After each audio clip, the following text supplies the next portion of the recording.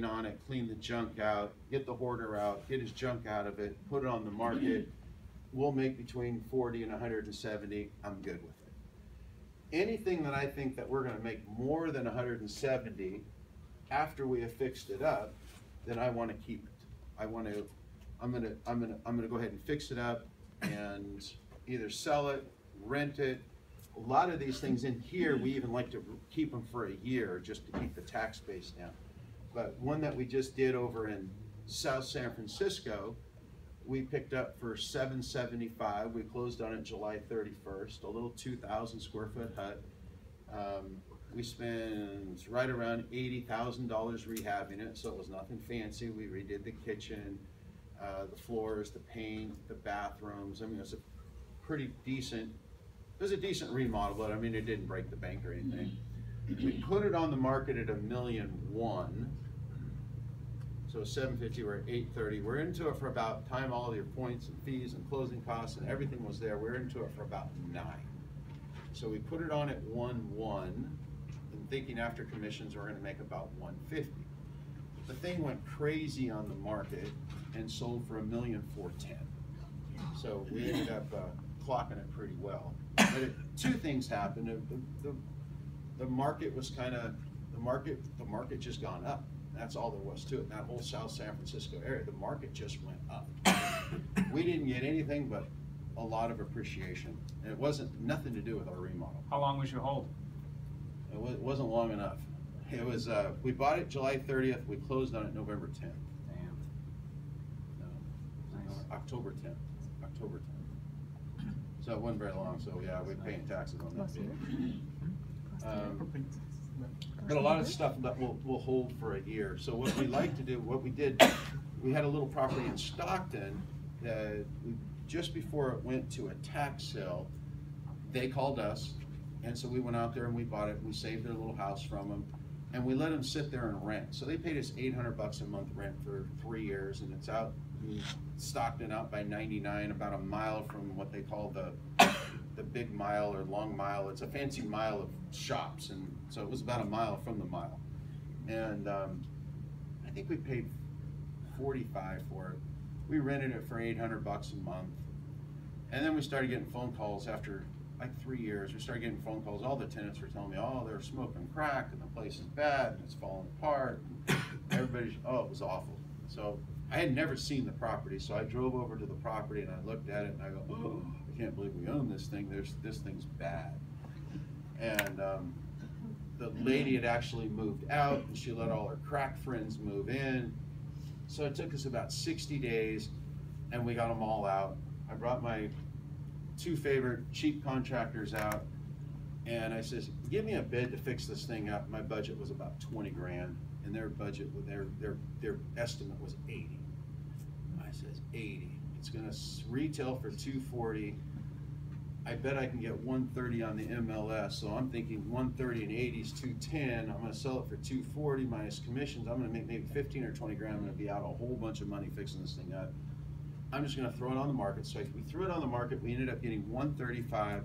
The realtor came in and bought it and waived their commission, so we net 135 on the property. So then we took that 135 and I said, I'm gonna go try something different. I'm gonna go out of state. I'm gonna buy an apartment complex.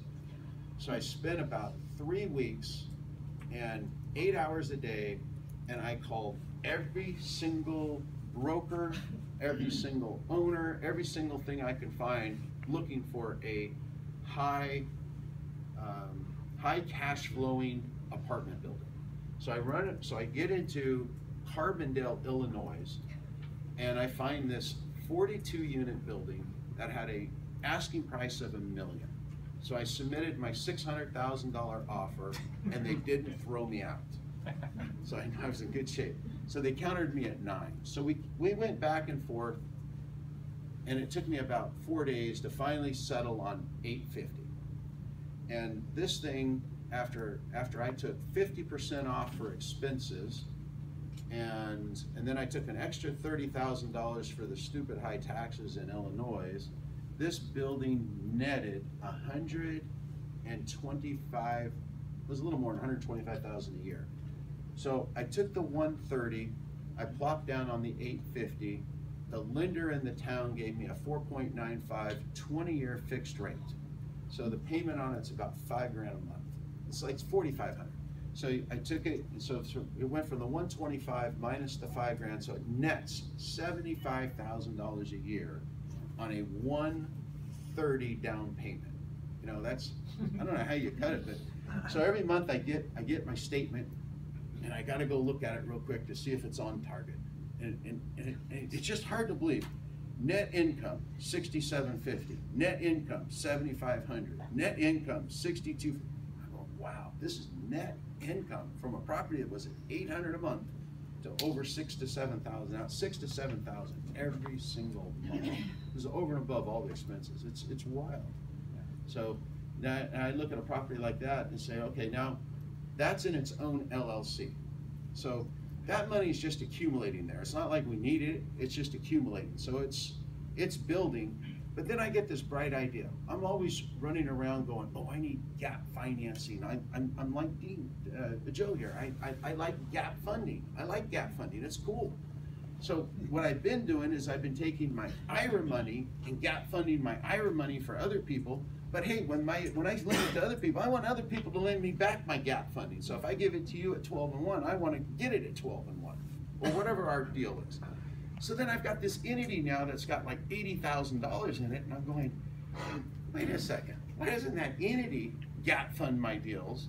And then the money will go back to that corporation, and that corporation will pay down the debt faster.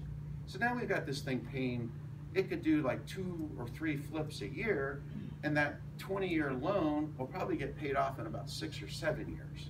So now we're looking at saying, okay, now we've got our own little entity structures out there, and I'm a nightmare for my accountant. So that's why I meet with her once a week, because I'm always coming up with these different strategies, and then they got to tell me, oh, I got to do this and I got to do that, but you know, it works.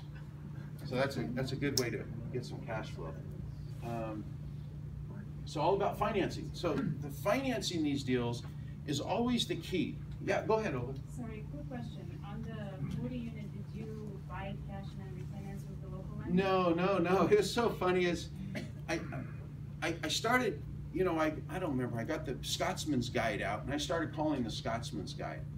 And oh my God, I felt like a deer in the headlights when these guys get a hold of you. It's like, oh, well, we could do that. Oh, there's not that much population there. So you're 8 and 2 points, and you're 7 and 3 points, and I'll do it for 9 and 1.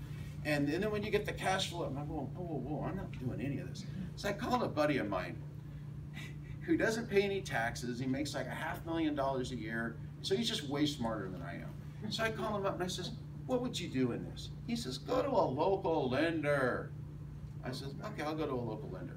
So I called the realtor guy up that's representing me, and I said, hey, do you know any local lenders?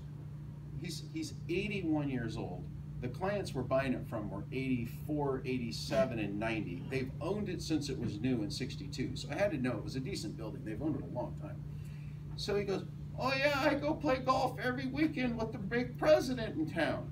I says, would you ask him if he'd make me a loan? Well, let me call him. Calls him back and five. Yeah, he said he likes that building. He'll make a loan for you. I said, well, what's the rate? He'll do it for 4.95 and no fees. Really? The guy delivered in 3 weeks. 4.95, 20-year fixed. Unbelievable. So yeah, we like golf. So, financing. Financing is such a key, and I know FJM. When I first started doing flips back in 09, I used Lewis. I'd call Lewis up. Lewis, do a loan for me. Okay, and boom, it was his bam. They are the best. And then poor Lewis, I started getting, after you've done a whole bunch of deals, lenders start calling you. And then they start sending you, and they start sending you to dinner, and they start sending you to the movies, and all of a sudden I'm looking, and they go, hey, we'll send you the movies, but will you take 10 minutes and go over a loan program with me? And well, the next thing I know, I'm getting stolen from Lewis. But yeah, these guys are feeding me, and they're taking me out to dinner, and they're taking me to movies, and giving me tickets to games. They wooed you away. They wooed me away. Man, they're sending me FedEx packages with stuff. I mean, it's unbelievable. So anyway, where am I?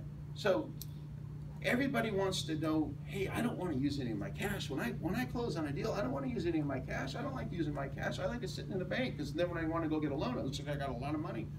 So I go to the, instead of always using our gap funding monies, I can go to a guy like Lewis and say, FJM. I can go to FJM and I'd say, hey, I've got a seller that's willing to carry back $100,000. And that would be like 30% of the deal. Would FJM, will they loan me the difference? Oh yeah, we'd be happy to, and that seller can go right behind it. So I'd go to the seller and I say, gee, I says, you know, this was a deal in particular, was in Pittsburgh, and I says, you know, I can only go 235 for you on this house, and you want 265. I said, I'll tell you what, I'll go 265 with you, and I'll give you 165 now and 100 in 6 months. Well, how long will it take us to get that 165? I said, I can get to you in like a week. They go, okay, it's a deal. So 165 first, $100,000 second, we signed the contract. I go to FJM, I said, can you do this? They said, yeah. Well, at the end of the day, I says, FJM comes back and says, well, we can give you more. Well, how much can you give me? Well, we can give you up to what, 72% or something. Yeah. I said, you give me the 72%, I'll get them to carry the 100. So I sent a little addendum over, they signed it saying it's okay to do whatever I was wanting to do. I walked out of there with a check for like $25,000. I said, wait a second, I bought the house, I closed it, and I got a check for 25 grand. That starts getting your mind thinking. You can buy a lot of properties when you close escrow and you get a check back. So I took that check and I used it for the repairs, because it's a really dumb thing to go buy a car with it or something, because you still have the repairs to do. So I did all the repairs, I sold it, and then I got another check. And so then my accountant says, Kevin, did you know when you closed on this escrow, you got a check and then you got another check? I said, yes. She goes, I don't know how we're going to book this. So the best part is when you tell someone you're going to, when you're going to give them 100,000 in 6 months, we didn't talk about an interest. There was no interest and there was no payments. So at the end of 6 months, I gave them $100,000, and there was no payments made, no interest made, no nothing. They got $100,000, and they were happy. And I've done this over and over and over, so I haven't used as much gap funding because I keep going back to these sellers that are willing to carry back a little bit more if they can get their price. I don't want to give them their price. I wanted this price, but I'll give them their price, but you need to carry some financing. Now I bought the whole house, so sometimes you can. One stupid time, I actually think I got like $60,000 out of the house, and then I didn't like the house. It was more work than I wanted, so I sold the house. But when I sold the house, I think I only made $2 grand selling the house, but I had 60 grand when I bought the house, but I didn't do any work, and I thought I lost money. My son calls that pop math. So then has anyone used subject to financing before? Okay, so not a lot of hands. Does anybody want to know about subject to financing? Yes. Okay, so subject to financing is someone calls you up and they said they're upset. They're in the process. They're losing their house. They don't know what to do, and I'll say, look, you've got a and I've done this on so many occasions. The first one I did was back in 2009 or 10. My son just graduated from college. He went to West Point, and so when he went there, he wanted me to sell his car and keep the money. I said, because he says cars are a depreciating asset, sell the car. So I sold the car. He had 15 grand. So he's about a week into all his training was done, and he was sitting here. He goes, have you invested that money yet? I says, no. He says, well, use that money and buy something with that thing, because I want something out of when I get out of college, because this is really a tough school. When I get out, I want to have something for that 15 grand. Yeah, all right. So I went to work and I found my first subject to. So this was back in 2012, and I found a guy in Pittsburgh that was selling his house for $120,000, and it had a $119,000 loan at 5%. And it needed a ton of work, and he was living there, and it was mold, and it was this, and they were overweight, and they were sick looking.